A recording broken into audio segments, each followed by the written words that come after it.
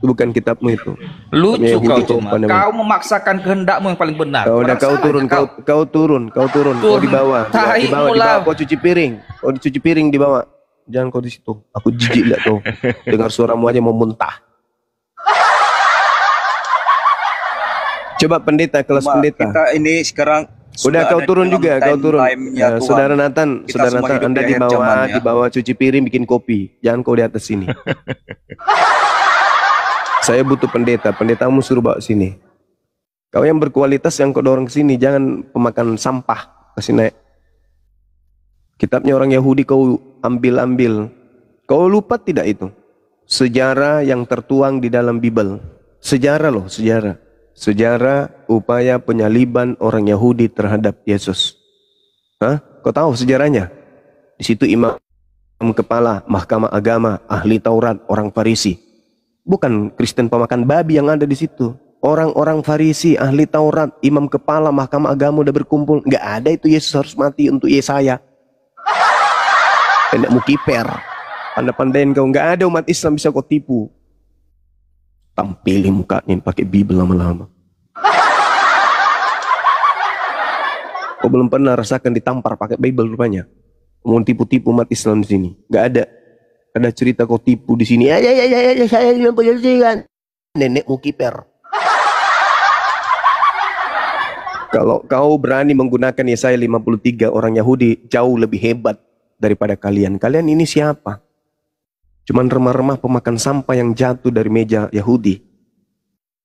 Berdasarkan Bible. Berdasarkan pengakuan Yesus. Kita minta data. Data yang menyatakan itu. Di mana Tuhan menginginkan kematian terhadap Yesus tertulis di mana? Ada? Nggak ada. Ya saya 53. Imam kepala Kayafas melakukan sidang kilat. Apa yang harus kita lakukan? Kalau kita biarkan Yesus ini, maka orang Roma akan datang merampas bangsa kita dan tempat suci kita. Kalian belum insaf, kata Imam Kayafas. Dan kalian tidak tahu, adalah lebih baik satu orang mati daripada seluruh bangsa kita ini binasa. Maka mulai saat itu Kayafas bernubuat. Nah itu baru muncul nubuatnya. Maka mulai saat itu Kayafas bernubuat, Yesus harus mati untuk bangsa Israel. Dan bukan hanya untuk bangsa Israel saja, tetapi untuk menyatukan Bani Israel yang berpencar ke seluruh penjuru bumi. Bah. Ya ada tanda-tanda. Mana Tuhan membunuh Yesus? Mana? Saya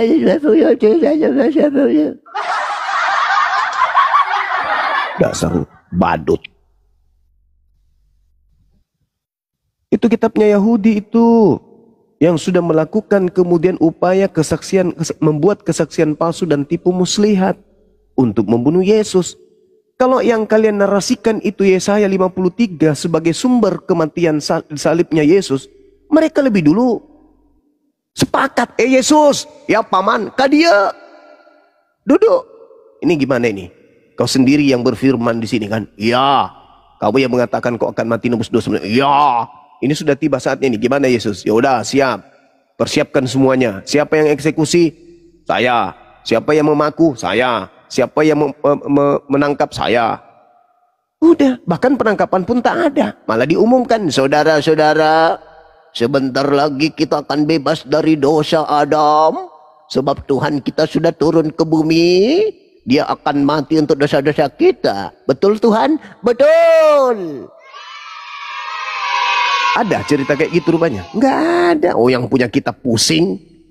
Sampai Kayafas mengatakan mereka menyerahkan Yesus karena dengki. Ayo. Karena dengki. Harusnya mereka menyerahkan Yesus. Karena sudah dinubuatkan dalam kitab mereka. Dan Yesus telah menyetujui. Maka detik-detik kematiannya sudah ditetapkan. Terdeng deng deng. Mana? Malah Yesus mengatakan, setiap hari engkau bersama dengan aku dalam bait suci mengajar. Tapi kau tidak membunuh aku. Sangkamu aku ini penyamun. Sampai kau datang membawa pentungan dan pedang. Hah? Apa kata Yesus? Tetapi saatmu tiba dan saat kuasa kegelapan. Nah itu baru betul.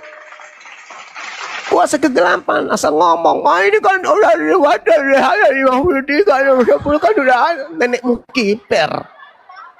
Ngarang-ngarang. Gak malu apa rupanya? Gak malu? Hah? Gak malu? Gak malu sama orang Yahudi? Jilat-jilat kitabnya Yahudi. Diajarin cerdas, waras, malah gila permanen. Yesaya 53 itu nggak ada hubungannya, nggak ada. Belajar lagi kalian. Ayo naikkan pendetanya yang sekolah sampai 50 tahun katanya. Naik, sini naik. Biar belajar baik-baik. Ayo silakan naik teman-teman. Si Ampi tadi lari, turun lagi Gurunda. Ayo Bang Dalton naik, Bang Dalton naik. Kita diskusi yuk, Bang Dalton. Bang Paraholong juga yang di bawah silakan naik. Sembari saya juga mengundang pendeta-pendeta. Aduh. Monitor Bang Baal. Monitor. Aku ingin tanya sama Gurunda. Emang Gurunda ini kan ditakuti ya sama debater Kristen gitu. Banyak yang nangis, ada yang mencret. Dia bilang kalau setelah debat dengan Bang Juma katanya, Baal, aku nih kalau debat dengan Gurundamu katanya, langsung mulus mencret. Betul nih data. Ini curhatan mereka nih. Betul Juma ya. Mencret ngamuk. Kebanyakan makan dedak, gimana nggak mules? Seperti itu. Nah, saya gini Bang Juma. Kalau saya melihat bahwa penyaliban ini kan privasi, sangat privasi sekali. Karena apa? Karena yang di sana diceritakan bahwa kalau ikut ceritanya di sana, bahwa yang menyaksikan kan Bunda Maria, katanya kan Maria Magdalena di situ kan. Tetapi itu melihat dari jauh dia bilang. Ya kan, itu dari jauh. Berarti artinya memang itu privasi. Kalau di kita ini mungkin ada kalau terjadi apa-apa ada dikasih garis polis lain gitu kan. Ya kalau mungkin sekarang ini kalau ada kasus di polis lain, artinya dari jauh. Artinya dia tidak jelas-jelas melihat di sini. Kemudian kalau kita melihat Matius 10 nomor 1, dan 70 murid itu sudah tidak ada di sana, memang sudah diutus oleh Yesus ke kota-kota kan gitu. 70 murid, Matius 10 nomor 1. Kemudian pada saat penangkapan pun murid-muridnya kan kabur gitu. Kabur, jadi tidak menyaksikan. Nah, pertanyaan saya nih Gurunda, tolong jawab. Ini sebenarnya pertanyaan orang dari Oten ini ya, Bom yang nanya sebenarnya. Iya ya, Baal, aku juga bingung. Aku nih kalau menghadapi Gurunda Juma ini aku grogi katanya. Karena dia pintar, cerdas katanya. Sebenarnya yang menceritakan tentang Yesus disalib ini siapa gitu loh. Nah kalau di Bom sebenarnya bertanya, tapi dia mengakui bahwa ternyata cerita-cerita penyaliban itu ini diceritakan oleh musuh-musuhnya Yesus. Karena tidak ada muridnya yang menyaksikan, sedangkan Maria Magdalena juga tidak pernah bercerita, dia lihat dari jauh ini. Ini cerita ini dari siapa, Gurunda? Ini pertanyaan yang benarnya dari siapa?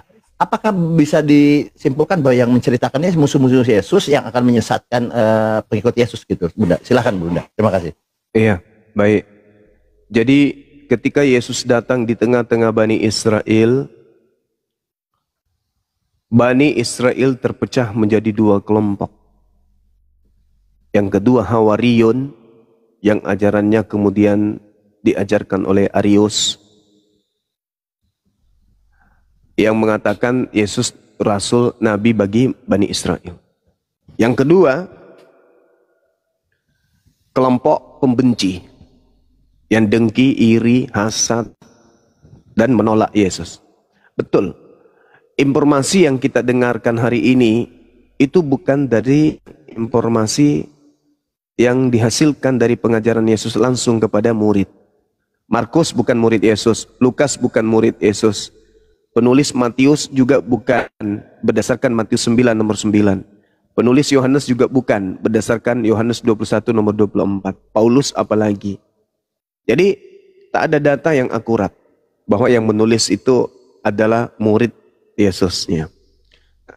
Tapi yang harus kita pahami di sini, manusia pertama, sekali lagi, manusia pertama berdasarkan Bible yang melihat Kristus bangkit dari kubur itu adalah Maria.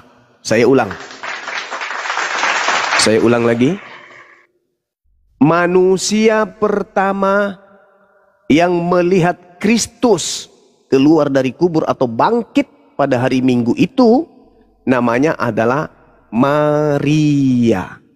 Siapa yang menginformasikan? Nah, di sini kalau kita membedah sebuah karya ilmiah, ini yang harus konsentrasinya di sini. Siapa yang pertama melihat Kristus keluar dari kubur, bangkit dari kematian? Maria. Muncul pertanyaan. Siapa yang menginformasikan bahwa yang pertama kali melihat itu adalah Maria? Siapa? Markus. Di mana itu tertulis? Markus 16 nomor 9. Kita baca. Setelah Yesus bangkit pagi-pagi pada hari pertama minggu itu, Yesus mula-mula menampakkan diri kepada Maria Magdalena. Daripadanya Yesus pernah mengusir 7 setan. Pertanyaannya, dari mana Markus tahu cerita ini? Dari mana Markus tahu kalau Yesus mula-mula hari Minggu bangkit, kemudian menampakkan diri kepada Maria Magdalena? Dari mana Markus tahu kalau itu adalah Yesus? Dari mana Markus tahu kalau Yesus pertama kali menampakkan diri kepada Maria? Sedangkan data nomor 12-nya mengatakan begini. Sesudah itu Yesus menampakkan diri dalam rupa yang lain. Dari mana Markus tahu kalau itu Yesus dalam rupa yang lain? Ini PR yang akan membungkam pintu gereja. Ayo, ada yang bisa menjawab? Dari mana Markus tahu kalau manusia pertama yang melihat Yesus bangkit dari kubur adalah namanya Maria? Dari mana Markus tahu kalau Yesus menampakkan diri dalam rupa yang lain? Dari mana Markus tahu? Ini pertanyaan serius. Bukan ecek-ecek. Bukan menista. Pertanyaan serius. Tolong titip pertanyaan ini kepada pendeta-pendeta, pastor-pastor kalau dia nggak mau naik ke sini. Tanya kepada mereka, wahai saudaraku Kristen, wahai Pak Pendeta, iya Paman, dari mana Markus tahu kalau manusia pertama yang melihat Yesus keluar dari kubur adalah Maria? Dan dari mana Markus tahu kalau Yesus menampakkan diri dalam rupa yang lain? Dari mana Markus tahu kalau itu adalah Yesus? Demikian, itu pertanyaan titipan. Jadi saudaraku Baal, jelas dalam dalilnya Markus 16 nomor 9, di situ dikatakan Maria, tetapi yang muncul pertanyaan, dari mana Markus tahu? Sedangkan Markus bukan murid Yesus dan Markus tidak ada pada saat kejadian. Silakan. Luar biasa. Ya memang inilah. Oke, lanjut. Ini. Silakan Bang Berita Kebenaran. Yang jelas semalam kesimpulannya iblis merupakan pahlawan bagi Edis.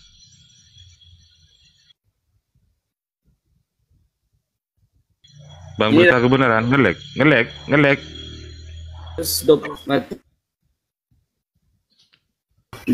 Tutup layarnya aja, tutup layar sinyalnya nggak kuat. Tutup layar dulu, tutup layar, sinyalnya nggak kuat. Bang Berita Kebenaran. Bang yang jadi kan saya kasih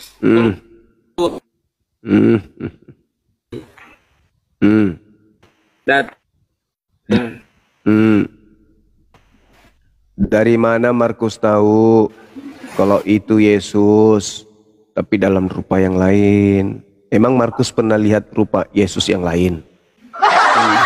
Di mana Markus pernah bertemu Yesus? Ayo. data yang saya tampilkan itu. Iya, Bang Beritakan, sinyal Anda tidak stabil, Bang Beritakan Kebenaran. Coba ditutup dulu, nggak apa-apa sambil baca. Bapak Indra, selamat siang, Assalamualaikum. Waalaikumsalam warahmatullahi wabarakatuh. Bang Indra, barakallahu fiik. Waalaikumsalam warahmatullahi wabarakatuh, Bang Suma. Silahkan dilanjut, standby. Siap. Iya Bang, kasih. Dari mana Markus tahu kalau Yang tampak di kuburan itu Yesus dalam rupa lain. Ngelek beliau ngelek. Bang, berita kebenaran naik lagi. Bukankah yang datang setelah Yesus adalah roh kebenaran? Kok yang datang Yesus? Barakallahu fiik, Bang Indra, Masya Allah. Ayo. Oke, luar biasa ya Bang Juma ya. Jadi itu juga yang bom-bom ini sampai sekarang nih badannya kurus gitu ya. Dulunya gemuk gitu. Badannya sekarang kurus, turun 1 ons gitu kan. Karena memang berat gitu menghadapi Bang Juma. Turun 1 ons itu luar biasa gitu ya. Nah gini Bang Juma, kan ada pertanyaan ini. Katanya di dalam Al-Quran dikatakan bahwa Yesus yang disalib ini bukan Isa alaihissalam, tapi orang yang diserupakan. Itu kan selalu mereka bertanya ini. Selalu pertanyaan. Padahal saya juga dalam diskusi selalu padahal kita sudah sampaikan menurut para ulama demikian ya, tapi mereka menuntut siapa sebenarnya gitu kan, Al-Quran tidak menjelaskan. Nah, saya bertanya juga kepada mereka, kalau itu adalah nama itu penting bagi kalian, saya bilang kan begitu. Lalu siapa nama di sebelah kiri kanan Yesus ini, saya bilang. Mereka pelongo juga nggak bisa jawab. Kalau itu nama itu adalah penting, saya bilang. Karena siapa yang 2 orang yang di sebelah kiri kanan Yesus ini? Sebenarnya, tolong jelaskan siapa yang dari sisi Islam aja karena orangnya nggak ada. Siapa yang diserupakan ini menurut keilmuan Bang Juma? Silakan Bang Juma. Terima kasih. Iya, suara saya kedengaran nggak? Masih jelas kedengaran Gurunda. Suara saya kedengaran? Iya, jelas kedengaran. Katina, makasih Katina. Ada Katina di bawah. Masya Allah. Bismillahirrahmanirrahim. Wa qawlihim inna qatalnal masiha Isa bana Maryam Rasulullah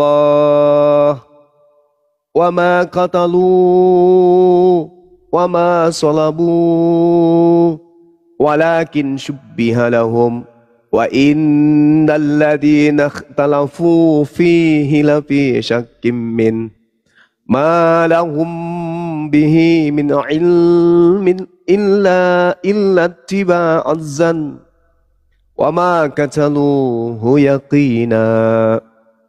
Al-Quran menjelaskan diserupakan bagi mereka. Muncul pertanyaan, pertanyaan diserupakan bagi mereka. Siapa itu? Diserupakan apa? Siapa orangnya yang diserupakan itu? Tanya kepada mereka. Diserupakan bagi Bang Suma, baru tanya ke Bang Suma. Diserupakan bagi mereka, berarti tanya kepada mereka. Kamu mereka sini, aku mau tanya. Yang disalib waktu itu siapa? Ya kami melihatnya sih mirip Nabi Isa, tapi kami ragu. Apa buktinya ragu? Bible menjelaskan itu yang tadi. Dalam rupa yang lain. Kisah Para Rasul 25 nomor 19. Mereka berselisih paham tentang seorang yang bernama Yesus. Ada yang mengatakan dia sudah mati, sedangkan Paulus mengatakan hidup. Berselisih paham mereka itu. Nah, siapa yang bisa menjelaskan itu? Mereka yang menyalib Yesus, bukan kita. Wa ma qataluhu wa ma salabuhu walakin syubbiha lahum. Bagi mereka, diserupakan bagi mereka. Maka yang bisa menjelaskan ya mereka. Karena diserupakannya bukan bagi kita. Itu kata Quran. Kalau bagi kita, Nabi Isa alaihissalam itu tidak disalib. Di mana Al-Quran mengatakan bahwa Nabi Isa alaihissalam itu tidak disalib? Al-Quran surah An-Nisa juga yang mengatakan itu. Bagaimana kemudian Allah mengangkat Nabi Isa alaihissalam di kehadiratnya tanpa mengalami kematian. Itu dijelaskan dalam surah An-Nisa ayat 158. Apa kata Allah? Barrafa'ahullah ilai wa kana Allahu azizan hakima. Tetapi Allah mengangkat Nabi Isa ke hadiratnya. Allah Maha Perkasa lagi Maha Bijaksana. Jadi bagi kita yang diangkat ini Nabi Isa alaihissalam. Ada penyaliban? Ada. Siapa yang disalib? Orang yang diserupakan bagi mereka. Nah, kalau begitu tanya. Maka kita ambil Bible. Kita tanya nih di Bible. ternyata informasi Bible ini mengatakan bahwa yang disalib ini adalah orang yang dikutuk. Nah sekarang permasalahannya, Yesus dikutuk nggak? Ternyata bukan. Ada nggak Yesus mengatakan waspadalah kepada Yesus palsu? Ada. Nah yang keluar dari kubur ini, maka pada hari Minggu pagi-pagi mula-mula dia menampakkan diri kepada Maria Magdalena. Nah muncul pertanyaan, Markus, kamu kesini dulu. Dari mana kau tahu ini adalah Yesus? Jaringan Gurunda mul. Ayo. Jaringan Silakan. Mulai goyang. Mulai goyang. Panas. Jaringannya mulai goyang. Silakan Bang Yehuda. Boleh nggak? Ya gantian ya, silakan Bang Yehuda. Nah, tadi dikatakan Isa tidak disalib. Yang menyaksikan Isa tidak disalib itu siapa? Sedangkan Yesus ya di dalam Matius 17 22 sampai 23 dia berkata begini, anak manusia akan diserahkan ke tangan manusia, mereka akan membunuh dia, dan setelah 3 hari ia akan bangkit. Nah, itu ucapan siapa Bang? terus kemudian sebentar dulu, saya selesaikan dulu.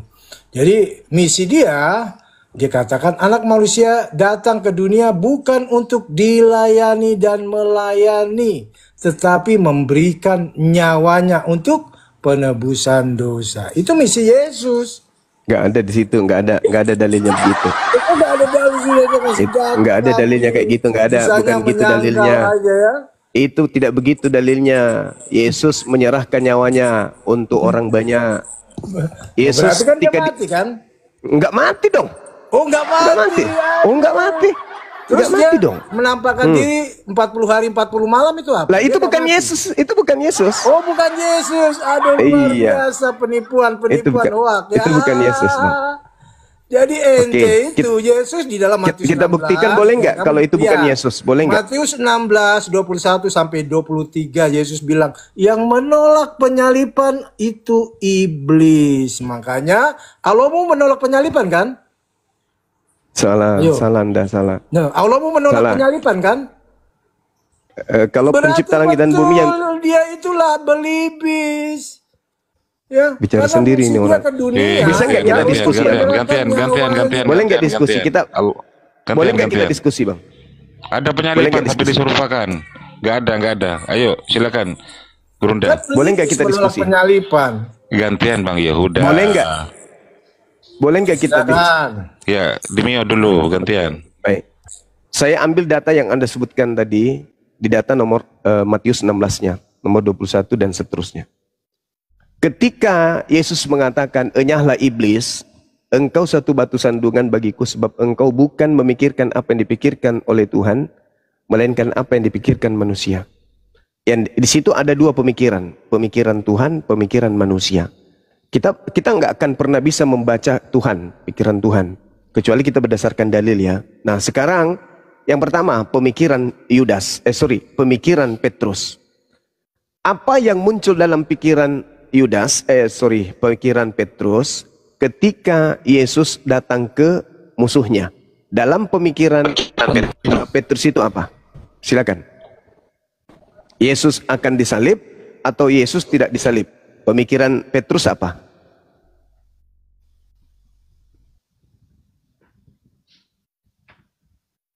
Pemikiran Petrus, Yesus akan disalib atau Yesus tidak akan disalib?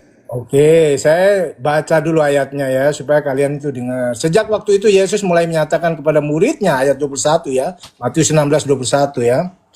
Dia harus pergi ke Yerusalem menanggung banyak penderitaan dari pihak-pihak tua, imam kepala, ahli Taurat, lalu dibunuh dan dibangkitkan pada hari ketiga. Tetapi Petrus menarik Yesus ke samping dan menegur dia. Katanya, "Tuhan, kiranya Allah menjauhkan hal itu. Hal ini sekali-kali takkan menimpa engkau." Maka Yesus berpaling berkata kepada Petrus, "Enyahlah engkau, iblis. Suatu batu sandungan bagiku, sebab engkau bukan memikirkan apa yang dipikirkan Allah, melainkan apa yang dipikirkan manusia." Petrus menolak Yesus disalib. Oke. Sekarang yang dipikirkan Petrus di situ, Petrus akan disalib atau Petrus akan diselamatkan dari salib? Kok Petrus yang disalib? Enggak, Yesusnya. Petrus berpikir, Yesus bilang kan bahwa Dia akan Pikiran dibunuh Petrus, dan dibangkitkan pada saudara. hari ketiga. Berarti pemikiran Petrus, Yesus akan dibunuh, gitu ya? Kok Yesus akan? Yesus yang ngomong dia akan dibunuh, tapi Petrus menolak. Pemikiran Petrus sampai dia menari Yesus itu karena dia berpikir Yesus akan dibunuh, betul atau tidak? Iya kan, Yesus bilang dia menyatakan bagus. hari ketiga bangkit. Oke, bagus. Berarti Petrus berpikir Yesus ini akan dibunuh. Nah, pemikiran Petrus ini harus bertentangan dengan pemikiran Tuhan. Kalau Petrus berpikir, sabar dulu, sabar dulu Bang. Kalau Petrus berpikir Yesus akan dibunuh, maka Tuhan berpikir apa? Lanjut ya, kamu ngomong dulu, nanti gantian. Kan harus bertentangan ini, harus bertentangan. Petrus berpikir Yesus akan dibunuh, berarti Tuhan berpikir kamu tidak akan dibunuh. Nah, yang mana kira-kira yang terjadi? Pikiran Petrus atau pikiran Tuhan? Ayo jawab. Pikiran Tuhan itu kan dia mau menjadi penebus, tetapi Petrus pikiran tidak Tuhan. mau dia dibunuh. Pikiran Tuhan. Saya ulang lagi. Saya ulang lagi supaya Anda bisa waras. Saya ulang lagi. Baik-baik nih. Dengar. Tunggu. Pikiran Petrus, Yesus akan dibunuh. Pikiran Tuhan, Yesus akan diselamatkan atau dibunuh? Ayo. Kamu baca ayat 21 itu. Ya, justru karena itu, saya ulang lagi. Enyahlah iblis. Kata Yesusnya, enyahlah iblis. Enyahlah iblis, engkau suatu batu sandungan bagiku, sebab engkau bukan memikirkan apa yang dipikirkan oleh Elohim. Nah, yang dipikirkan oleh Petrus, Yesus akan mati nih, harus saya selamatkan. Maka dia menarik Yesus ke samping. Karena pemikiran Petrus, Yesus ini akan mati. Nah, pemikiran itu ternyata bertentangan dengan pemikiran Elohim. Kalau Petrus berpikir Yesus akan mati, maka pemikiran Elohim apa? Coba kau jujur. Kamu ini ternyata. Coba kau jujur. Ternyata error. Ya, saya kasih ayatnya dibaca. Saya bacakan ulangi. Sejak waktu itu Yesus menyatakan kepada murid. Itu ucapan Yesus atau bukan? Itu ucapan Yesus atau bukan? Saya udah ngerti. Matius 16 nomor 21 itu. Pertanyaan saya. Petrus ketika diucapkan oleh Yesus, itu ucapan Yesus. Nah, sekarang Matius 16 nomor 21 nomor 22 itu ucapan Yesus atau pengantar penulis? Jawab. Udah? Oke, kamu diam. Saya itu nggak. Itu ucapan Yesus atau pengantar penulis? Onta-onta yang saya lindas semuanya. Dengar ya. Saya ulang lagi pertanyaan saya. Saya ulang pertanyaan saya. Matius 16 nomor 21 sampai 22 itu ucapan Yesus atau pengantar pengarang? Jawab. Ya memang kamu error. Saya baca ulang, kamu dengar baik-baik. Pertanyaan saya ulang lagi, ini yang ketiga kalinya. Matius 16 nomor 21 sampai nomor 22 itu ucapan Yesus atau pengantar pengarang buku Matius? Jawab. Ucapan Yesus. Kenapa? Oh, penipu dia, teman-teman. Ada yang bisa buka kamera di sini? Ada yang bisa buka kamera? Iya, Bang Baan. Diam. Woi. Bang Baan, silakan Bang Baan. Kau penipu. Saya sudah mulai marah ini karena kau ternyata penipu memang. Ayo buka kamera kita, buka kamera yang bisa membuktikan. Nah, tuh, besarin sendiri. Yang 8 orang ini kecil kotaknya. Besarin sendiri. Saya nggak boleh bicara nih. Diam dulu kau penipu. Iya, data. Ya, ini data dulu. Kalau SBT. Ini kita lihat. Ini kau menipu. Kau katakan itu ucapan Yesus, padahal ini adalah karangan pengarang Matius yang bukan murid Yesus. Dengar. Sejak waktu itu Yesus, ini bukan ucapan Yesus ini, lol. Wih, pengikut agama penjajah. Nih, kau ingin merampas kebenaran dengan ketipu-tipumu, ini nggak bisa. Coba. Hei. Saya ulang lagi. Jangan di blok. Jangan di blok. Bang, jangan di blok. Nah, sekarang saya ulang lagi pertanyaan saya. Saya ulang lagi pertanyaan saya, saudara kucing. Yang Yehuda tidak pantas kau sebut Yehuda. Dengarkan. Matius 16 nomor 21 sampai nomor 22 itu kamu bicara Tuhan terang Tuhan. Gantian Yehuda. Matius 16 nomor 21 sampai nomor 22 ini ucapan Yesus atau ucapan pengarang? Jawab. Saya jawab. Saya dikasih waktu berapa menit? Kamu Enggak, ngomong kau terus. jawab aja. Lebih kali kau kayak orang pintar aja. Bertanya kau tak. Ya, saya nggak Ulang ada lagi 1 menit. pertanyaannya. Matius Udah, 16 saya nomor udah paham 21 sampai nomor ya. 22 ini ucapan Yesus atau pengarang? Ini ucapan Yesus atau pengarang yang tidak dikenal.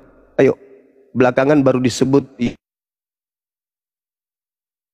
Gimana kalian diskusi kok ketakutan ya sama saya? Dijawab dulu Yehuda. Dijawab dulu, dia jawab dulu. Oke, saya Dengan jawab. jujur, ini Yesus ucapan katakan begini, Yesus. anak manusia ya datang bukan untuk dilayani dan melayani, melainkan untuk memberikan Ini ucapan nyawanya Yesus. menjadi tebusan bagi banyak orang. Ngaco. Loh, kok ngaco? Kali. Itu kan ucapan Yesus juga. Ngaco. Ini saya ulang pertanyaannya. Matius 16 nomor 21 sampai 22 ini ucapan Yesus atau ucapan pengarang buku Matius yang bukan tulisan murid Yesus? Jawab. Jadi menurut kamu ucapan Matius salah? Penulis Injil salah? Nah, saya tidak tanya itu. Ya, Saya tidak tanya itu. Yang saya tanya, Matius 16 ini ucapan Yesus atau ucapan pengarang? Terus emangnya Ayo. kenapa kalau ucapan Matius salah? Jadi jawab dulu ya Yehuda. Ya, jawab dulu.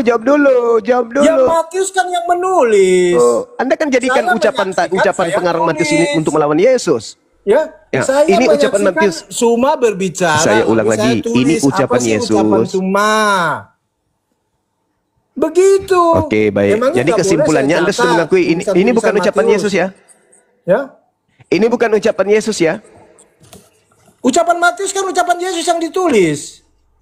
Terus emangnya Udah, kenapa? Kamu turun. Nggak mampu. Saudara ke gereja. Ya apa ya? Saudara ke gereja. Jangan di sini. Aku nggak suka Kristen penipu sesama sesama Kristen. Ini saya jelaskan teman-teman sekalian.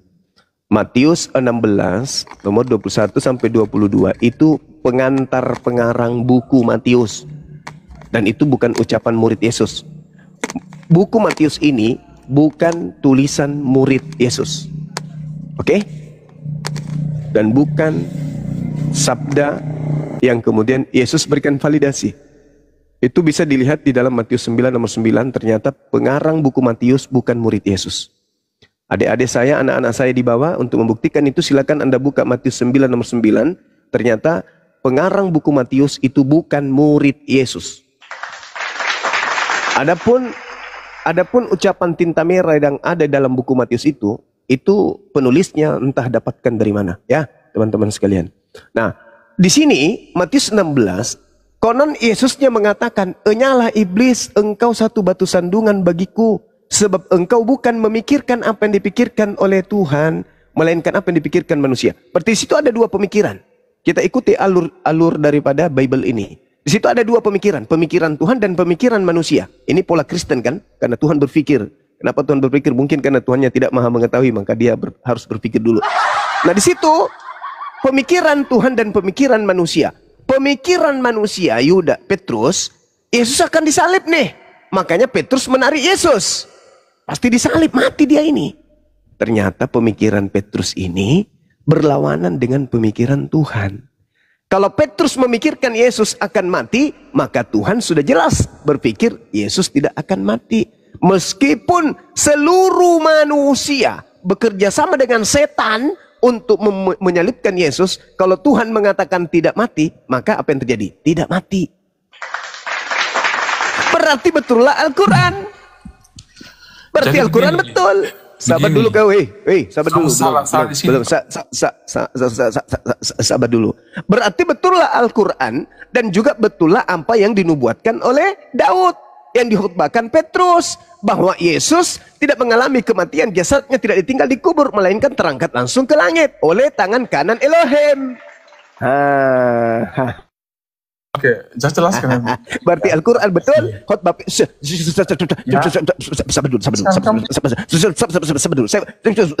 belum selesai. Nanti aku kasih kau 2 tahun untuk berbicara. Sebentar, sabar dulu lah. Diam dulu. Joker, Aku kasih kau waktu kerjakan 2 Joker. tahun berbicara sampai mulut merobek berbohong di sini ya. Sabar. Panik. Jadi Al-Quran mengatakan Nabi Isa langsung diangkat, Petrus juga langsung menceritakan langsung diangkat, Daud juga menceritakan Yesus langsung diangkat, dan Yesus sekalipun juga mengatakan dia langsung diangkat. Kenapa? Karena Yesus menyerahkan bukan atas kehendakku, tapi atas kehendak Bapa. Nah, kehendak Bapa apa? Membunuh Yesus atau tidak membunuh Yesus? Nah, itu muncul di Matius 16 nomor 21 sampai nomor 23. Ya. Petrus berpikir Yesus akan mati. Nah, berarti Tuhan berpikir apa tentang Yesus? Silakan kalau ada yang bisa menjawab. Om John, selamat siang, Om John. Ya, Ya, selamat siang, Om John. kalau ya siang. Kenapa kemarin Baik-baik waktu saja, waktu saya. Gurunda naik ke Komal Bang John, kok malah di ini dirungkatin komalnya, Om Kris? Nggak tahu saya, nggak tahu kenapa. Saya juga kaget, nggak tahu kenapa. Silakan. Ini memang di topik yang Bang Suma bahas itu, ya. Yesus memberitahukan kepada Petrus akan terjadi dia mati dan bangkit. Nah, Petrus nggak setuju. Dia keberatan, masa guru saya kok mati dan bangkit. Nah, makanya dia menarik Yesus. Tidak boleh bicara begitu, Sus, karena tidak mungkin lah. Jadi ini pemikiran dari Petrus. Tapi kan rencana Bapa dan Yesus, Petrus nggak tahu. Makanya Yesus katakan, hanyalah kau iblis. Kenapa? Ilmu iblis itu mengajarkan Yesus tidak mati dan bangkit. Nah, jadi setelah kan Petrus memahami juga setelahnya ya. Jadi kita tidak boleh juga menjelaskan, mengartikan seperti pemahaman Suma itu yang mengatakan Petrus. Dikatakannya nyala iblis, kenapa? Petrus nggak setuju Yesus disalib dan mati dan disalibkan. Itu aja intinya. Pemikiran kenapa kemudian Petrus menarik Yesus ke samping?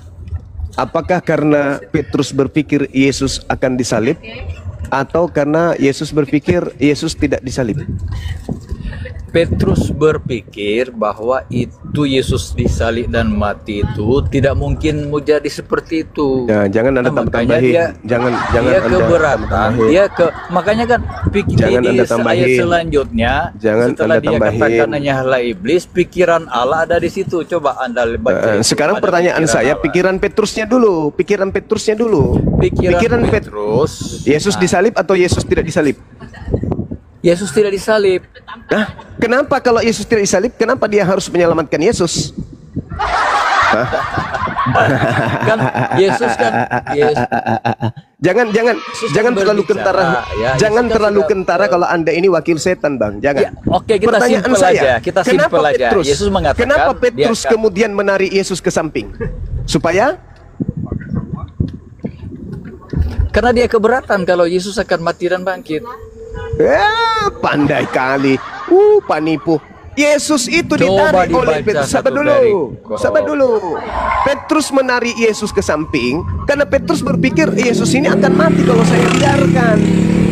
Dia pasti akan disalib. Berarti pemikiran Petrus, Yesus ini pasti terancam salib. Nah, itu bertentangan dengan pemikiran Tuhan. Meskipun, apa kata Tuhan? Meskipun 10.000 di kananmu, 1.000 di kirimu, tidak akan pernah bisa menyentuh engkau. Itu pemikiran Tuhan. Engkau tidak akan celaka. Aku adalah tempat perlindunganmu. Meskipun beribu-ribu orang yang datang kepadamu untuk membinasakan, kamu akan menginjak musuh-musuhmu. Pemikiran Tuhan tentang orang benar, rancangan Tuhan tentang orang benar, tentang anaknya yang benar, itu sudah ada. Makanya Yesus mengatakan di dalam Matius 26 nomor 24, aku memang harus pergi sesuai dengan apa yang telah tertulis tentang aku. Lukas 24 nomor 44, memang harus digenapi semua yang tertulis tentang aku di dalam kitab Mazmur. Jadi Petrus, tidak usahlah kau khawatir tentang aku. Aku sudah ditetapkan, sudah tertulis tentang aku, bahwa Tuhanku akan datang, mengutus malaikat dan menantang aku di tangannya agar aku tidak disalib. Gak usah kau khawatir Petrus. Jangan kau batalkan apa yang Tuhan sudah rencanakan. Apa itu? Orang fasik menggiring aku untuk dibunuh, tetapi Tuhan tidak mengizinkan itu. Itu yang betul. Jangan Anda putar balikkan dalil, Bung. Gak bagus, Anda sudah tua, dikit lagi mati. Jangan Anda tipu orang lain, cukuplah Anda yang tertipu. Di situ Petrus berpikir, ini orang kalau aku tidak selamatkan, dia akan disalib. Padahal dia bisa selamat. Kenapa dia mau? Bodoh kali, tarik. Ketepak, ditariklah Yesus itu. Marah Yesus. Aku sudah berdoa kepada Tuhanku. Tuhanku yang punya keputusan. Meskipun mereka ada berjuta bekerja sama dengan setan, tahayul, popo, parakang untuk membunuh aku, Tuhanku sudah merencanakan keselamatan untukku. Jadi orang yang berpikir Yesus akan disalib itu iblis. Orang Kristen berpikir Yesus disalib, berarti Kristen ini adalah itik. Paham nggak kalian nih? Sampai sini paham nggak? Jadi menurut tafsiran Bang Zuma ini, Petrus menarik Yesus itu agar dia tidak disalib atau agar dia disalib? Agar dia tidak disalib. Karena pemikiran Petrus, nah sekarang permasalahannya adalah Tuhan sudah merencanakan keselamatan. Jangan sok tahu lu Petrus, jangan sok tahu lu. Tuhanku sudah merancang keselamatan untukku. Meskipun 10.000 ribuan manusia mau mencelakakan aku. Ingat, di dalam Amsal 21:18, orang fasik yang dipakai sebagai tebusan, orang kemudian pengkhianat sebagai ganti orang yang jujur. Itu sudah dituliskan. Itu sudah dituliskan. Makanya Yesus mengatakan, aku tidak akan mati. Yesus sendiri yang mengatakan itu. Di Yohanes 10 nomor 17, nomor 18, 19. Aku tidak akan mati. Tidak ada orang yang sanggup membunuh aku. Aku sendiri yang akan menyerahkan nyawaku dan mengambilnya kembali. Gak ada orang berhak. Gak ada orang. Jadi ketika ada Markus 9 nomor 30-31, mereka membawa anak manusia itu diserahkan kepada anak manusia. Lalu mereka membunuh. Siapa yang bisa bunuh Yesus? Tak ada. Tak ada yang bisa membunuh Yesus. Itu pengakuan Yesus sendiri. Tidak ada yang bisa membunuh aku. Gak ada. Tak ada yang bisa membunuh aku. Maka ketika dikatakan, aku menyerahkan nyawaku untuk banyak orang, itu maksudnya menyerahkan dirinya untuk diangkat ke langit. Dia serahkan nyawanya kepada yang pemilik langit. Dia serahkan nyawanya untuk Tuhannya. Dia serahkan, dia rela diangkat ke langit demi untuk menyelamatkan murid-muridnya. Andai Yesus tidak diangkat, andai Yesus tidak menyerahkan dirinya, nyawanya, jasadnya untuk diangkat ke langit, maka Yesus dan murid-muridnya akan dibasmi habis-habisan oleh Romawi berdasarkan perintah orang-orang Yahudi. Itu yang betul. Bicaralah dengan jujur terhadap apa yang ada dalam kitab saudara. Tidak ada orang yang sanggup mengambil nyawaku, melainkan aku sendiri yang memberikannya dan mengambilnya kembali. Maksudnya apa? Tidak ada orang Roma, Yunani, orang tambah lagi orang Bugis, orang Makassar, orang Batak mau berkongkol membunuh Yesus. Tak akan ada yang bisa membunuh Yesus. Tak ada. Kenapa? Di belakang dia, coy, bukan cuma presiden doang. Pencipta langit dan bumi yang maha hidup dan maha mematikan. Bagaimana mau dibunuh? Tak ada yang bisa menyentuh Yesus itu, nggak ada. Jangankan kalian bunuh Yesus itu, kalian kasih dia saja di setengah tawon, Tuhan tidak izinkan. Paham? Yesus itu orang dijaga, coy. Yesus orang mulia, disucikan dunia dan akhirat.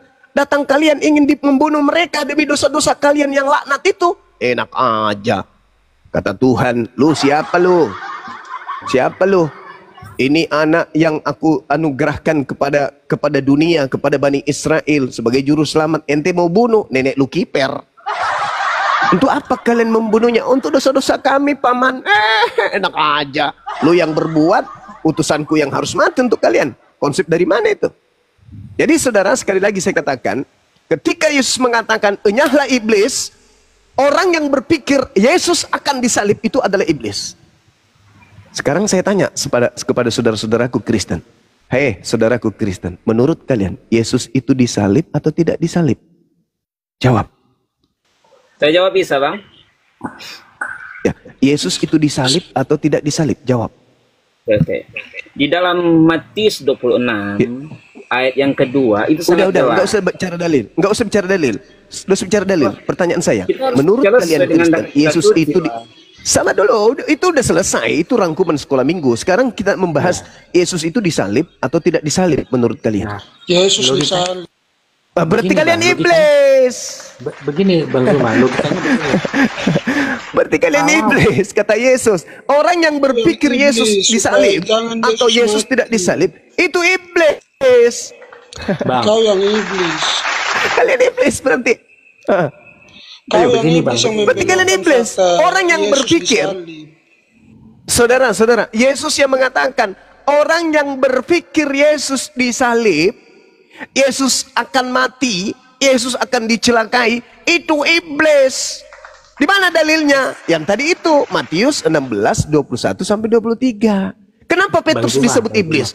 Karena Petrus ingin menggagalkan kemudian rencana Tuhan. Apa rencana Tuhan? Menyelamatkan Yesus. ya begini bang. Logikanya begini. Kalau Yesus itu Ya. tidak disalib bang, lalu buat apa dia dilahirkan tanpa bapak gitu loh? Buat apa gitu? Kenapa larinya ke situ? Dia dilahirkan tanpa bapak untuk membuat Yang kemudian mengatakan Yesus sihir-sihir tidak disalib itu yang ada iblis. pada zaman itu. Yang mengatakan Yesus disalib itu iblis. Yang mengajarkan Yesus disalib itu iblis. Ini datanya Oke, Bang Suma. yang lain, Suma, ini yang lain naikkan saudara MP, naikkan saudara MP biar saya diskusi dengan dia untuk membuktikan bahwa yang berpikir yang mengatakan Yesus disalib itu adalah iblis. Ya, Silakan. sebelumnya Yang ini lain saya diam, yang lain diam. Beritakan kami itu Sebentar dulu, beritakan. Ya, udah. Sebentar dulu. Ini bukan sekolah minggu. Gantian. Ampi silakan. Ayo. Oke. Coba kamu tunjukkan di dalam kitabnya orang Yahudi, Tuhan ingin menyalib, atau jangan menyalib deh, berat. Tuhan ingin membunuh orang benar demi menyelamatkan orang yang tidak benar. Silakan. Ingat ya. Yang mau Yesus disalib menurut saya adalah iblis. Tetapi menurut Anda yang tidak mau Yesus disalib itu adalah iblis. Sekarang mari kita lihat, mari kita tentukan Tuhan ini iblis atau bukan iblis. Adakah Tuhan menginginkan membunuh orang yang benar demi untuk membenarkan orang yang bersalah? Kalau ada, silakan tunjuk dalil. Kalau tidak ada, berarti Anda iblis. Silakan. Saya diam, saya minta dalil. Silakan. Ya, itu bang. Habel orang benar dibunuh tuh. Waduh, nggak ada hubungannya. Itu bukan keinginan Tuhan membunuh Habel, nggak ada keinginan. Yang saya tanya, keinginan Tuhan membunuh orang benar demi untuk menyelamatkan orang yang tidak benar itu mana dalilnya? Sedangkan saya sudah mengatakan yang Yesus disalib, yang mau Yesus dibunuh itu iblis.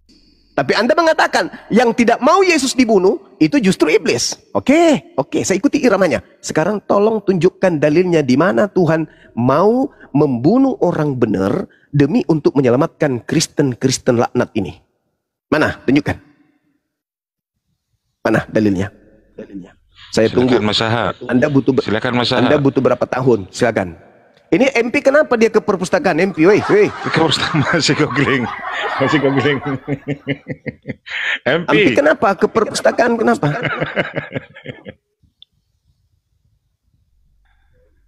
MP silakan. Berdasarkan Matius 16 yang berpikir Yesus akan disalib itu iblis. Di mana ayatnya yang berpikir Yesus disalib itu iblis? Di mana? Matius 16 21 sampai 23, endingnya di data 23. Itu. Saya tidak memplesetkan kawan. Saya tidak memplesetkan. Coba abang buka ayatnya itu dulu. Maka Yesus berpaling dan berkata kepada Petrus. Matius 16 ayat berapa tadi? 23. Tetapi Coba Petrus menarik dulu, saudaraku. Jangan suruh semua baca, semua itu suka mempelintir-pelintir itu ayat Alkitab. Ya, silakan. Siapa yang Kristen di sini? Coba tolong buka dulu. Padahal sederhana loh. Padahal sederhana loh saya minta. Tidak. Kau suka mempelintir-pelintir ayat. Anda yang nunjukkan data. Saya cuma minta tolong tunjukkan data di mana Tuhan. Data di Alkitab Perjanjian Lama itu tentang Yesus disalib itu ada di Yesaya 53. Nggak ada. Jangan kau bohong. Itu nubuat tentang Yesus, dia dihina, dibunuh. Nggak ada di situ, nggak ada. Yesaya 53, saudaraku tolong buka dulu. Nggak ada di situ. Tadi saya sudah tunjukkan Yesaya 53. Yesaya 53. Iya, Yesaya 53. Baca dulu saudaraku. Tadi diminta ayat tentang Yesus dibunuh tuh. Yesaya 53. Ini ayat 10. Tetapi adalah kehendak Tuhan juga menghancurkan dia dan sudah nggak bisa lagi ditipu kami, Bang. Dengar. Tetapi adalah kehendak Tuhan juga kami nggak bisa lagi ditipu dia dan mempersakiti dia. Nggak bisa lagi, kami nggak bisa lagi ditipu. Suma kok diam, orang ada baca ayat, kok suka kami nggak bisa lagi ditipu. Suma kok suka perlintir-pelintir ayat Alkitab itu Suma. Kok ini kau pelintir kitabnya orang Yahudi nih. Ini kau sedang memelintir. Kau sudah memelintir kitab Yesaya 53 ini. Suma tidak usah tipu-tipu. Ini kitabmu atau kitabnya Yahudi? Ini kitabmu atau kitabnya Yahudi? Kau diam situ. Saudara Ampi. Kau pertanyakan. Ampi, ini kitabmu atau kitabnya Yahudi? Tadi kau minta ayat. Saya tanya dulu. Kitab di perjanjian lama itu. Di mana ayatnya? Sekarang orang tunjuk kau ini. Kau kejang-kejang. Oke, jawab dulu Ampi. Baca dulu. Iya, perjanjian lama itu kitab Kristen atau kitab Yahudi? Baca dulu. Saudaraku, baca dulu ayatnya itu. Kau mau lari gara-gara kita sudah dapat ayat. Aduh. Silakan. Biar nggak apa-apa. Ayat 10 aja ya. Tetapi adalah kehendak Tuhan juga menghancurkan dia. Kenapa nggak baca dari awal? Kenapa? Kau juga ambil ayat dalam Alkitab itu cuma sepotong-sepotong. Sekarang kau suruh kita baca selesai. Oke, silakan. Silakan dibaca dulu. Baca 10-nya saja, Bangku. Tetapi adalah kehendak Tuhan juga menghancurkan dia dan mempersakiti dia. Apabila sudah diserahkan nyawanya akan korban karena salah, ia pun akan melihat benih dan melanjutkan umur, maka ketidaklan Tuhan pun akan beruntung oleh tangannya. Itu ayatnya.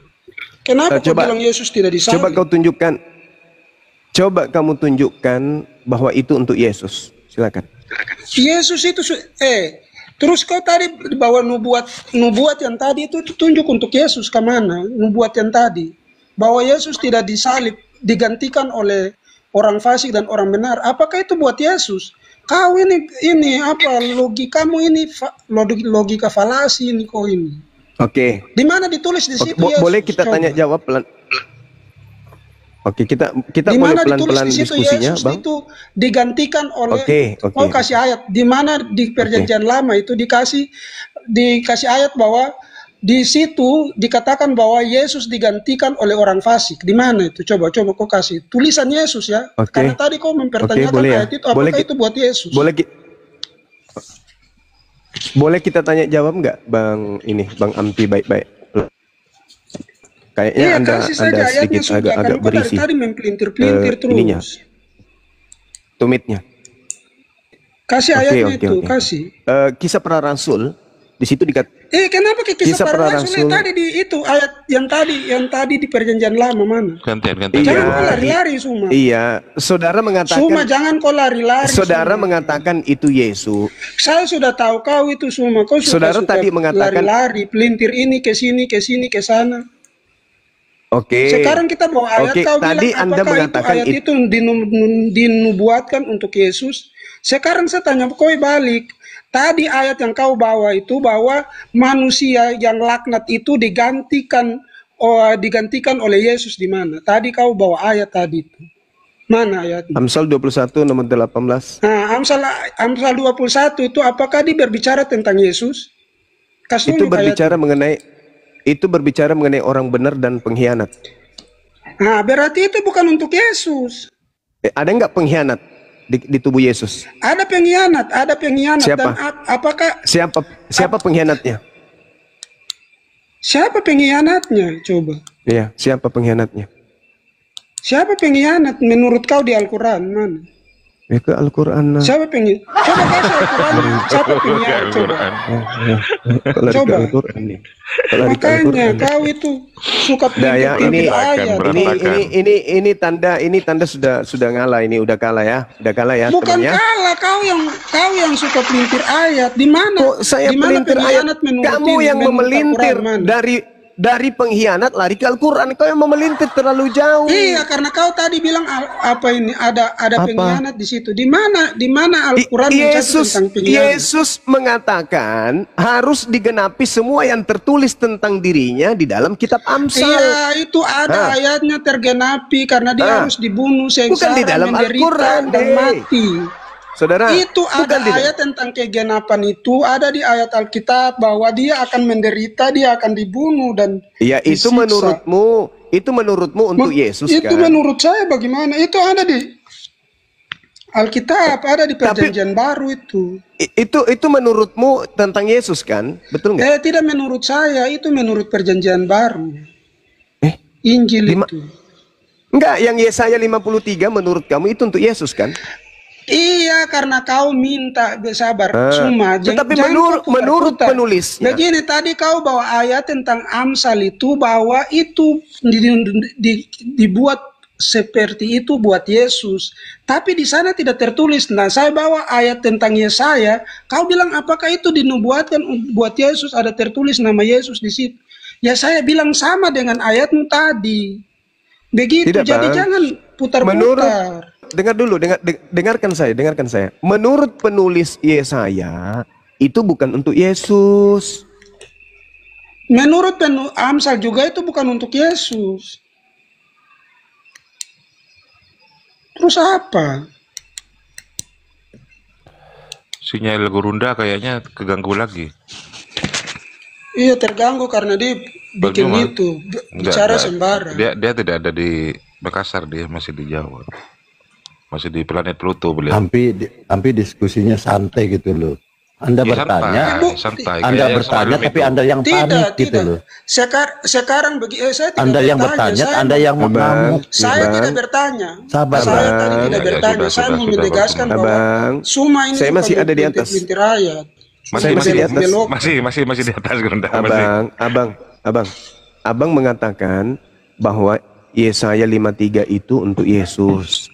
Tapi penulis Yesaya mengatakan itu bukan untuk Yesus. Mana yang benar? Abang juga tadi membawa Amsal itu, abang menunjukkan itu buat Yesus. Di penulis Amsal juga Karena tidak Yesus yang mengatakan itu. kepada Yesus. Yesus tidak mengatakan Yesus itu. yang mengatakan. Apakah yang mengatakan? Yesus mengatakan dalam Lukas 24 nomor 44, Bang. Harus digenapi semua yang tertulis tentang aku di dalam kitab Amsal. Digenapi itu tentang Yesusnya yang mengatakan pembunuhannya, itu. kesengsaraannya itu. Anak manusia akan diserahkan kepada Kristen tangan-tangan banget. berdosa untuk dihukum, dibunuh, dan bangkit pada hari ketiga. Itulah kegenapannya. Semua kau jangan tipu-tipu semua. Saudara, menurut penulis buku Yesaya 53 itu bukan untuk Yesus. Terus untuk siapa yang ditikam, dirajam, disengsarakan, itu untuk siapa? Seluruh yang ada, seluruh yang ada di dalam ditombak, ditikam, seluruh yang ada di dalam kitab Yahudi itu, di dalam kitab Yesaya itu bercerita tentang Yehuda dan Yerusalem dalam masa Usia, masa Yotam, Ahaz dan Hezekia. Bukan zaman Yesus, Bang. Baca Yesaya 1.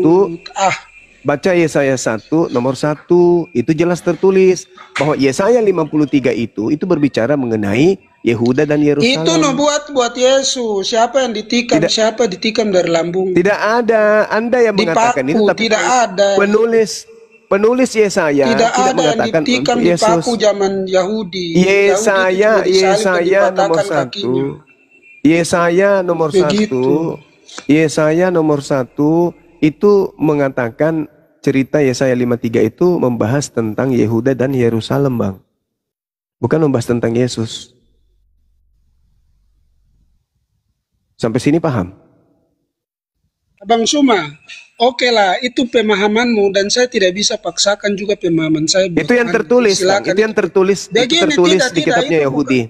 Tidak, itu pemahamanmu sekarang. Itu tertulis di kitabnya Yahudi. Suma, kalau kau orang pintar, saya mau tanya kau tentang Al-Quranmu, bisa tidak? Gantian dulu Bang Ampi. Bunda Rahma kalau mau naik turun di Dalbo, Bunda Rahma.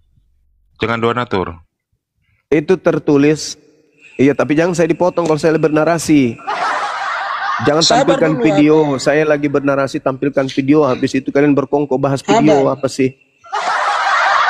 Itu nyakitin kali. Abang itu. Suma. Ya. Abang Suma. Orang lagi bernarasi ya putar video. Habis itu kalian berkongkol untuk bahas video. Apa? Siapa yang putar video? Gimana? Kayak gitu. Siapa yang putar video, abangku? Entahlah. Abang, izin. Terserah abang punya narasi tentang apa Alkitab, tentang Ya, penyaliban kok Yesus, jadi silakan. itu menandakan kamu sudah Silakan. putus asa. Sabar. Iya, Itu sabar, tandanya kamu abangku. sudah Kenapa putus abang asa. takut? Anda sudah putus Abang, asa, itu sekarang, tandanya. Kalau kau pintar Terima dulu tentang kenyataan. Al-Quran, saya bertanya Terima tentang dulu Al-Quran kenyataan. lagi. Bisa Terima tidak? dulu kenyataan. Bisa Terima dulu tidak? kenyataan. Terima kenyataan dulu. Kenyataan apa Suma? Bahwa Kenyataan Yesaya apa, Suma? 53 itu tidak berbicara tentang Yesus. Yesaya Akui dulu. 53 itu dinubuatkan buat Yesus. Lah itu cerita Terserah Yesaya. kau mau percaya atau penulisnya, tidak, terserah kau. penulisnya mengatakan itu cerita tentang Yehuda dan Yerusalem. Ayo. Iya, Yehuda dan Yerusalem itu akan timbul seorang pemimpin yang Pada zaman akan disiksa, Usia, dibunuh, pada zaman Yotam, pada zaman Yesua, dibunuh dan Usia, ditikam. pada zaman Begitu. Usia, pada zaman Yotam, pada zaman Ahaz, dan pada zaman Hezekia. Itu cerita-cerita, itu Apakah cerita-cerita Hizkia, Yotam yang dibunuh dan dirangkum, ditikam? yang dirangkum kemudian oleh Yesaya bin Amos terkait dengan kejadian yang ada di zaman Usia, zaman Yotam, zaman Ahaz, dan zaman Hezekia. Iyakan dulu. Iya. Iyakan dulu, iyakan dulu. Oke, Iyakan abangku, dulu, begini. iyakan dulu. Abang, Iyakan dulu. tunjukkan saya dulu satu toko Hizkia atau Yotam atau yang lainnya yang dibunuh, ditikam, dipaku. Coba kasih dulu. Oke, saya. baik. Tunjukkan Baik. ayatnya. Pengakuan Yesus ya. Saya kasih pengakuan Yesus ya. Kasih Jangan pengakuan Yesus. pengakuan Yesus, Yesusnya kasih yang di berbicara ayat bukan itu saya. Di tentang Yesaya itu bahwa dibunuh, ditikam Yotam atau yang lainnya. Iya. Saya kasih datanya berdasarkan pengakuan Yesus. Di dalam Matius 23. Tunggu, sabar dulu. Gantian dulu Bang Ampi. Gantian dulu Bang Ampi. Gantian kita. Gantian, boleh kan? Soalnya jaringanku nggak bagus. Yesusnya mengatakan begini, sebab itu lihatlah, aku mengutus kepadamu nabi-nabi dan orang-orang bijaksana dari ahli-ahli Taurat, separuh di antara mereka kau bunuh dan kamu salibkan, yang lain akan kamu sesah di rumah-rumah ibadahmu, dan kamu aniaya dari kota ke kota. Supaya kamu menanggung akibat penumpahan darah orang yang tidak bersalah, mulai dari Habel, orang benar itu, sampai kepada Zakaria anak Bereknya, yang kamu bunuh di antara tempat kudus dan mesbah. Apakah Anda sudah akui bahwa ternyata cerita ditombak dan seterusnya itu Yesus sendiri katakan bahwa itu memang terjadi pada zaman Habel sampai ke Zakaria? Betul nggak? Yesus akui nggak bahwa cerita yang ada di Yesaya 53? Pertanyaannya begini, tadi abang bilang katanya orang benar itu tidak bisa dibunuh, sedangkan Habel yang benar itu dibunuh.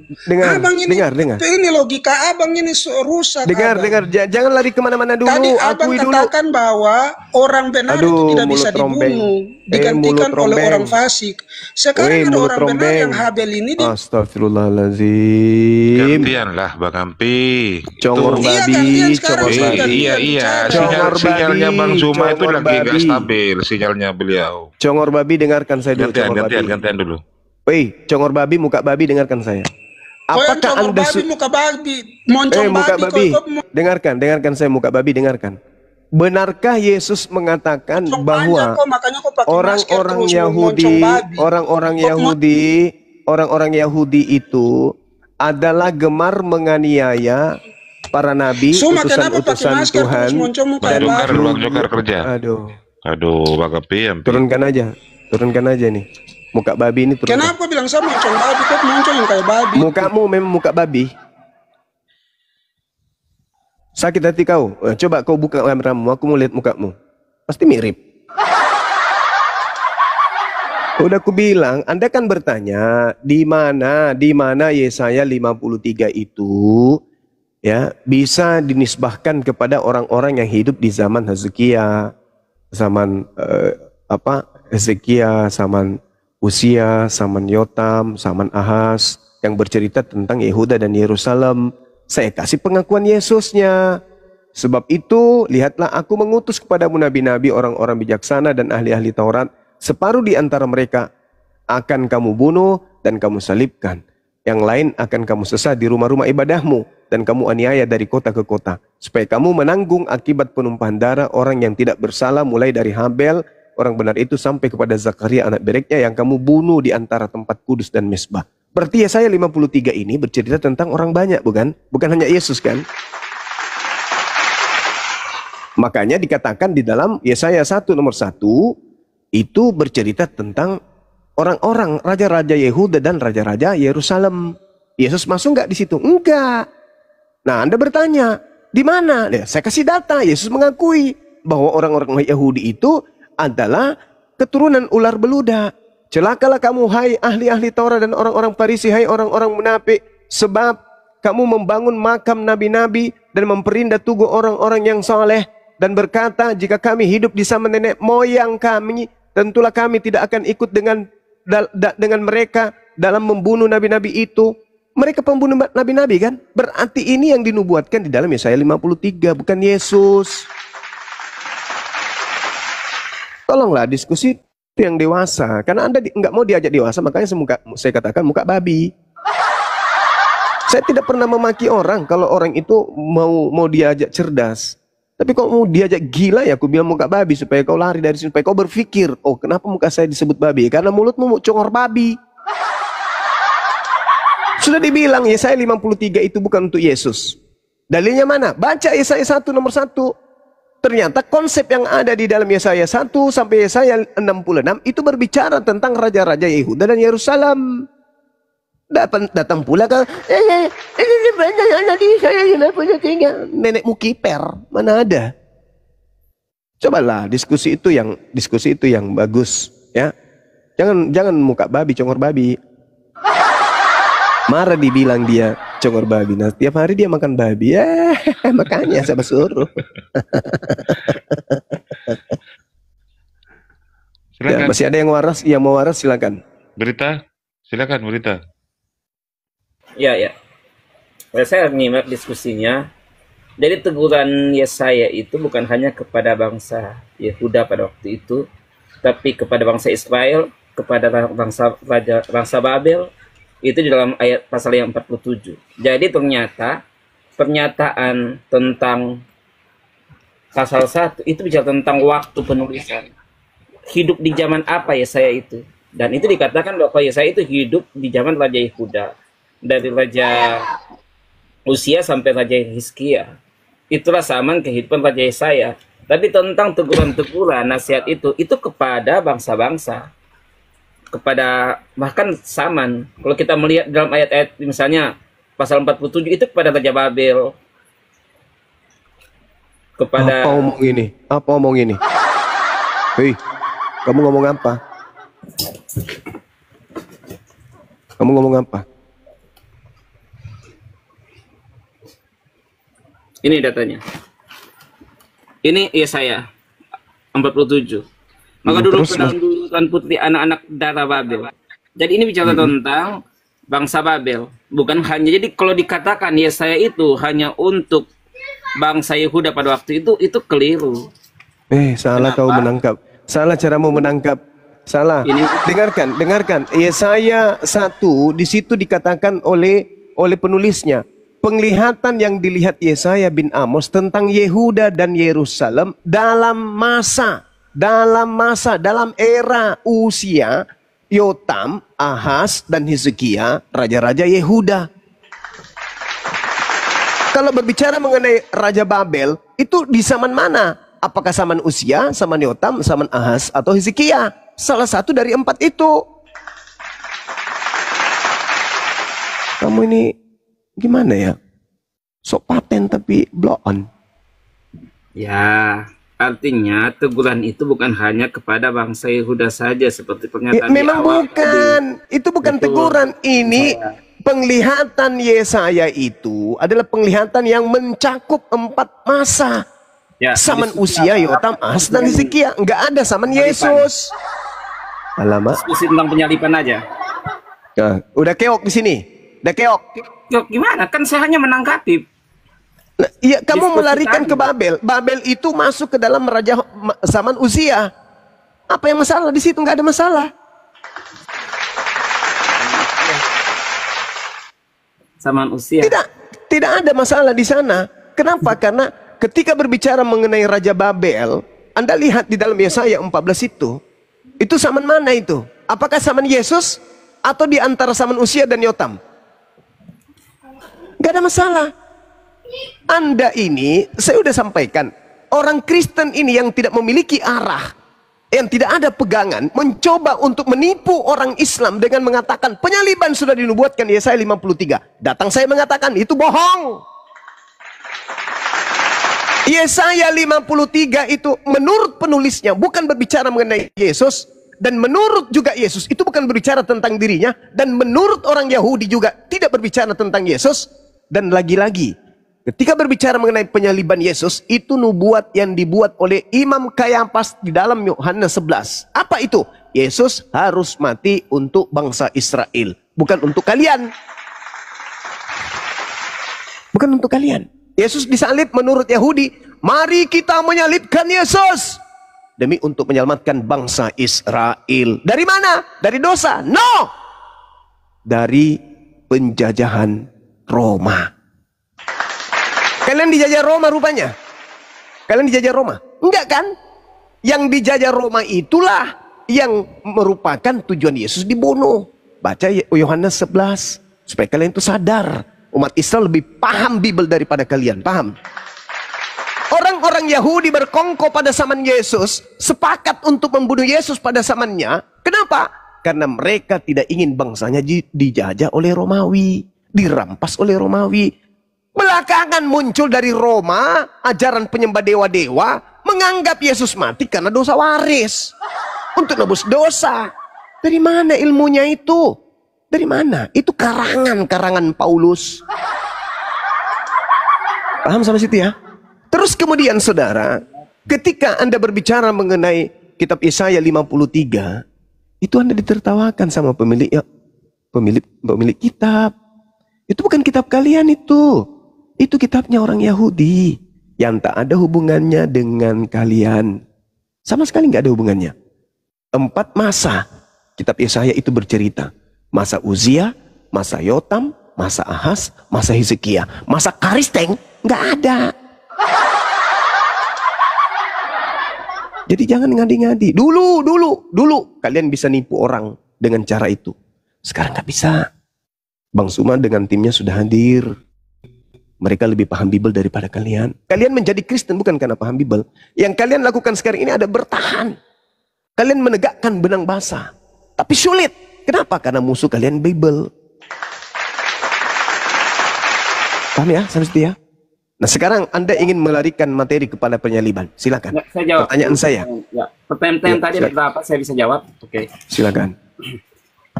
Ya. Tidak ada apa namanya tadi? Tidak ada hubungannya dengan bangsa, dengan kita orang Kristen tentang hal, karena itu hanya diperuntukkan untuk bangsa Israel. Itu kan pertanyaannya. Saya catat tadi kayak gitu. Tetapi dikatakan di dalam Yohanes 1 ayat 29, pada keesokan harinya ia nampak Yesus datang kepadanya, lalu katanya, lihatlah anak domba Allah yang mengangkut dosa isi dunia. Ini isi dunia bukan hanya kepada bangsa Israel, tapi kepada isi dunia. Karena itu Yohanes 3:16, karena demikianlah Allah mengasihi isi dunia, itu bukan lagi hanya untuk bangsa Israel, sehingga dikaruniakannya anaknya yang tunggal itu, supaya barang siapa yang percaya akan dia jangan binasa, melainkan beroleh hidup yang kekal. Ini perkataan Yesus, bahwa perkataan Yesus dalam Yohanes 3:16, perkataan Yesus dalam Yohanes 3 ayat ke-16, bahwa dia berkata, karena demikian Allah mengasihi isi dunia ini sehingga dikaruniakannya anaknya yang tunggal, sehingga barang siapa yang percaya kepadanya tidak binasa dan melainkan beroleh hidup yang kekal. Dan nubuatan juga terjadi dalam Yohanes 1 ayat 29.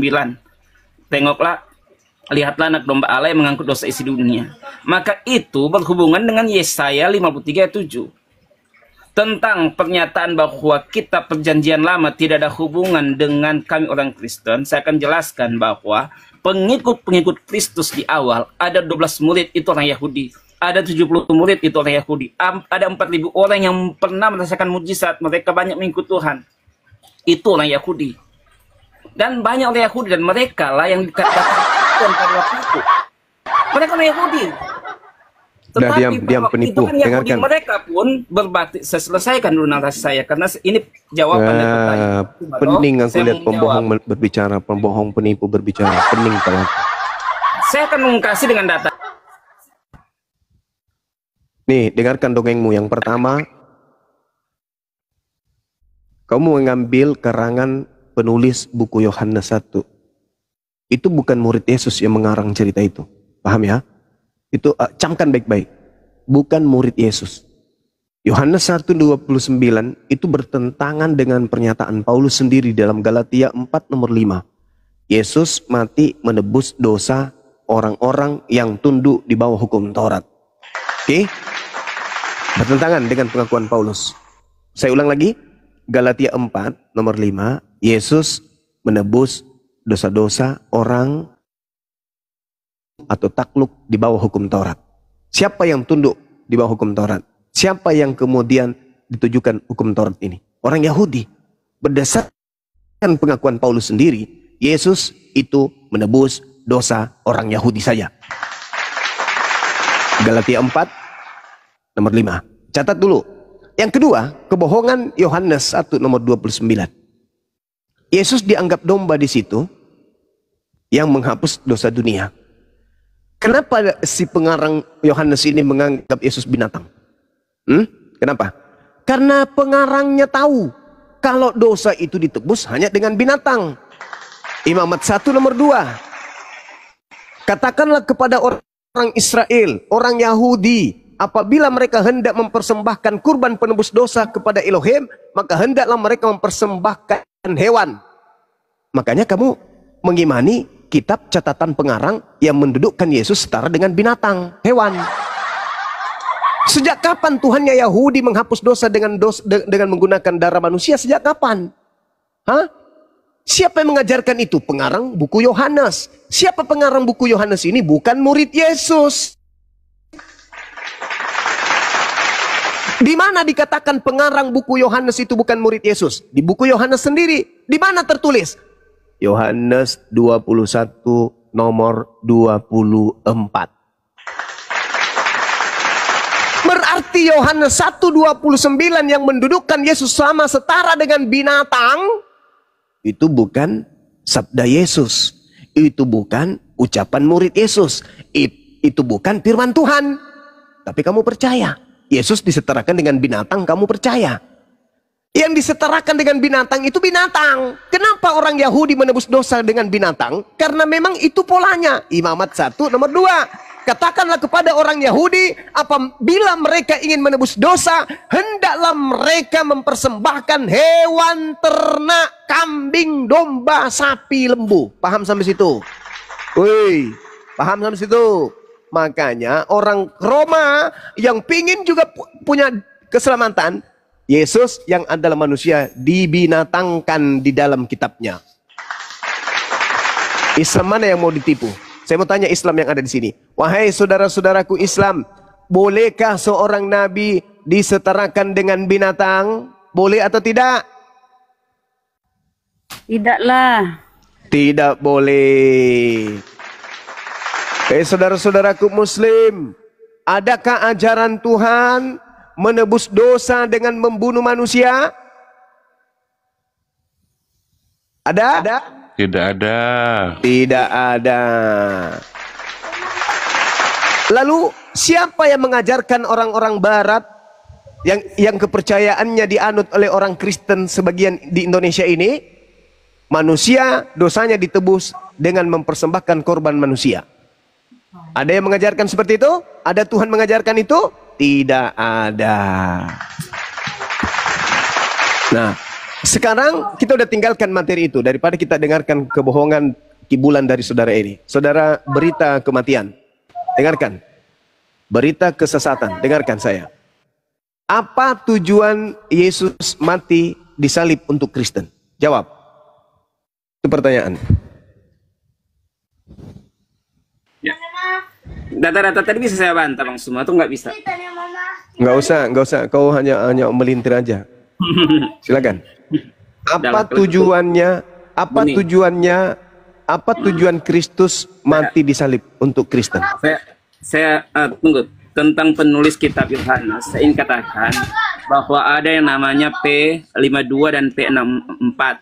Di situ jarak penulisan dengan sang penulis itu jaraknya hanya sekitar 40 atau 20 atau belasan tahun.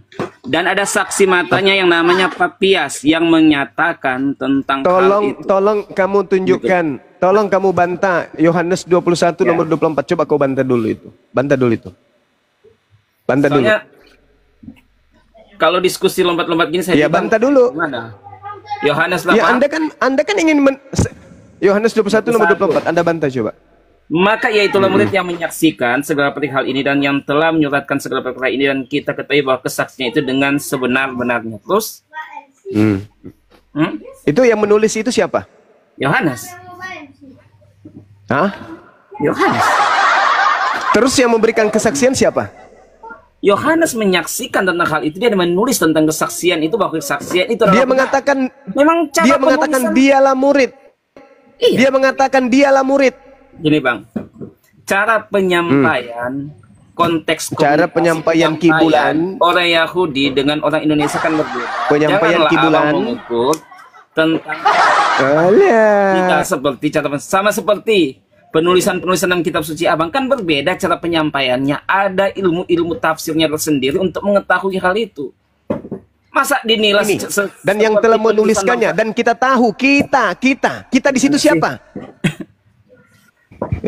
Pandai-pandaian kau penipu. Ini dengan data. Maka ia itulah murid yang menyaksikan seperti hal itu. Kalau Yohanes ini penulis buku Yohanes, maka dia akan menuliskan begini: akulah murid yang memberikan kesaksian tentang semuanya ini, dan yang telah menuliskannya untuk kalian, agar kalian tahu bahwa kesaksianku itu benar. Itu kalau Yohanes murid Yesus yang menulis. Jelas tertulis di situ, dialah murid yang memberi kesaksian tentang semuanya ini, dan yang telah menuliskannya, dan kita tahu bahwa kesaksiannya itu benar. Itu bukti bahwa penulis Bibelmu itu bukan murid Yesus. Dah, selesai. Mau pindah nggak atau masih mau bohong di sini? Kebohonganmu ingin kau pertebal? Atau kau mau pindah? Apa-apa dibilang bohong, yang penting tentang kebenaran. Pertama yang saya kebenaran, dalil bercerita gitu. Kebenaran pula kau bantah dalilmu. Pertama yang pertanyaannya, kalau Anda memaksakan konsep dari Roma ini benar, pertanyaan saya pada saudara, apa fungsi kematian Yesus di atas salib untuk Kristen? Jawab. Sudah jelas. Sudah jelas bahwa pernyataan di dalam Yohanes 1 ayat 29, Yohanes 3 16. Yohanes 1 ayat 9, lihat anak domba Allah yang mengangkut dosa isi dunia. Anak domba apa itu fungsi kematian Yesus? Penebusan dosa. Untuk orang Kristen. Ya, untuk kita orang Kristen, penebusan dosa itu untuk orang Kristen, untuk pengikut Kristus. Artinya Kristen pengikut Kristus toh. Kristus ada di dalam kamu, memang mati karena dosa. Ayo. Mana ditebus Yesus? Mana yang Yesus tebus? Yohanes 1 ayat 9. Itu sangat jelas. Lihatlah anak domba Allah. Satu nggak usah kebahas itu. Aja nih suratnya pendiri agamamu nih. Roma 8. Kalau Kristus ada di dalam kamu, maka tubuhmu memang mati karena dosa. Ayo. Berarti orang Kristen ini tubuhnya mati karena apa? Suara saya masih kedengaran? Roma 8 ayat berapa? Roma 8 ayat berapa? Roma 8 nomor 10. Ya, pertanyaan saya. Baca dulu coba. Tetapi kalau Kristus ada di dalam dirimu, maka tubuh itu memang mati sebab dosa, tapi roh itu hidup oleh sebab kebenaran. Terus kehidupan di dalam roh kan ini ceritanya. Enggak, sekarang pertanyaan saya. Apa yang ditebus Yesus? Kan dosa di situ dikatakan. Dosa. Yesus menebus dosa. Berarti Kristen ini tidak ada lagi dosa kan? Bukan serta-merta seperti itu, tetapi mulai goyang digoyang, goyang. Yesus mati di atas salib itu untuk nebus dosa, betul kan enggak? Betul. Nah, terus kenapa Kristen mati karena dosa? Terus kenapa? Tapi kami ini bukannya dalam tabiat melainkan dalam roh. Jika Allah di dalam kamu, maka jika kamu tidak memiliki roh Kristus, bukan kamu milik Kristus. Kenapa? Kenapa Kristen mati karena dosa? Mana ayatnya? Tadi, tetapi jika Kristus ada di dalam kamu, maka tubuh memang mati karena dosa. Tubuhmu mati karena apa? Menurut Yesus, menurut Paulus. Ya, dosa tubuhmu yang di mati. sini. Ya, tubuh mati karena dosa. Mulai. Kita akan menyatakan dengan data, Bang Suma. Datanya, kematian itu ada karena tubuhmu ada mati karena apa? Dosa. Itu yang berdasarkan Roma 8, berdasarkan Roma 8 nomor 10, tubuhmu mati karena apa? Iya, karena dosa dan Hawa kan itu intinya. Mulai. Saya ulang lagi pertanyaan saya. Saya ulang lagi. Tubuhmu mati karena dosa. Yang ditebus Yesus di atas salib apa? Dosa. Iya, kan ada tubuh rohani yang Tuhan sediakan. Tubuh jasmani ini. Mulai ngaco. Saya ulang lagi. Tubuhmu mati karena dosa. Yesus mati menebus dosa. Berarti kamu nggak dosa lagi kan? Siapa bilang saya nggak dosa lagi? Bukan seperti itu konsepnya. Iya, mana coba. Jadi apa tujuannya Yesus mati kalau kau masih punya dosa? Hei, apa tujuannya Yesus mati kalau bukan nebus dosa? Apa? Tujuan Yesus mati adalah menebus dosa karena manusia sudah terikat dengan dosa. Tujuan Yesus mati karena menebus dosa. Oke, berarti kalau sudah ditebus masih ada dosa nggak? Kan masih ada yang namanya perbuatan dosa. Manusia masalah generasi dalam ini kebongkar ini kebongkar lemari gereja kebongkar nih. Yesus mati nebus dosa katanya. Ayo, benar nggak Yesus mati nebus dosa? Iya. Dosa apa? Yesus mati menebus dosa. Yang pertama itu dosa waris lah. Dosa waris. Dosa waris ini mengakibatkan kematian jasmani, betul? Ya, bukan hanya kematian jasmani sampai kepada kematian. Enggak usah begitu kali. Dosa waris ini menyebabkan manusia mati, betul? Betul. Nah, lalu kenapa kalau Kristus sudah ada di dalam kamu, kenapa tubuhmu mati karena dosa? Mati karena tenggelam kek? Ini kok mati karena dosa? Ini kenapa? Dosa apa yang ditebus kalau begitu? Bang Suma mengangkat ayat Rum 8 ayat yang ke-10 saja tanpa melihat tentang rangkaian konteks cerita yang ada. Alasan klasik alasan klasik itu begitu. Bang Suma bicara panjang-panjang, dibutuhkan jawaban yang banyak, sebelumnya dan sesudahnya. Itulah Kristen. Giliran Yesus Tuhan, wah paling pandai. Tapi giliran keciduk sendiri, ternyata Yesus gagal nebus dosa. Karena Kristen mati karena dosa, maka hancur gerejamu itu, golong tikar agama kau itu. Tetapi jika Kristus ada di dalam kamu, maka tubuh memang mati karena dosa. Andai saja penyaliban Yesus, kematian Yesus benar-benar menebus dosa, maka Paulus ini akan menulis begini. Tetapi jika Kristus ada di dalam kamu, maka tubuhmu tidak akan lagi mengalami kematian. Itu baru betul. Baru kita jempol. Oh, ternyata penyaliban itu betul-betul supaya hidup kekal. Pak katanya, ternyata justru Yesus ada di dalam kamu, maka tubuhmu mati karena dosa. Itu dalil. Sekarang Anda mengatakan dosa apa yang ditebus Yesus? Itu dosa waris lah. Yang diwariskan adalah kematian, cok. Kata Tuhan di dalam Kejadian 3. Pada hari engkau memakannya, hari itu juga kau mati. Mati apa? Mati rohani atau mati jasmani? Mati jasmani. Artinya kalau Yesus datang menebus dosa itu, maka manusia setelahnya tidak mengalami kematian jasmani.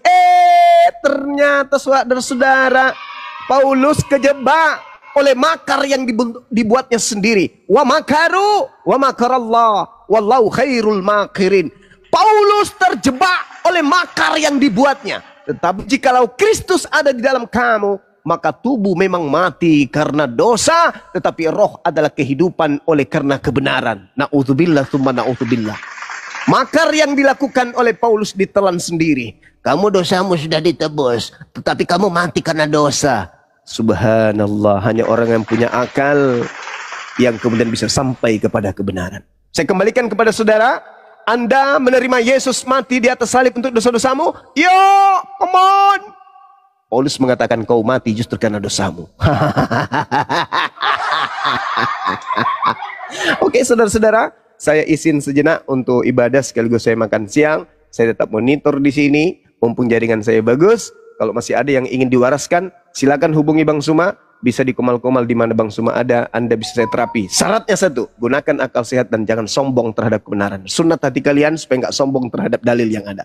Demikian sementara, silakan dilanjut. Saya tetap monitor ada di sini bersama dengan kalian. Silakan Mas Eko masuk, lanjut. Paulus telah berhasil menjemakmu, Dek. Gimana diskusi nggak diberi waktu untuk menjelaskan, Bang Suma terus yang ngomong, itulah. Kemudian ya udahlah. Nggak apa-apa kalau diskusi kayak gini.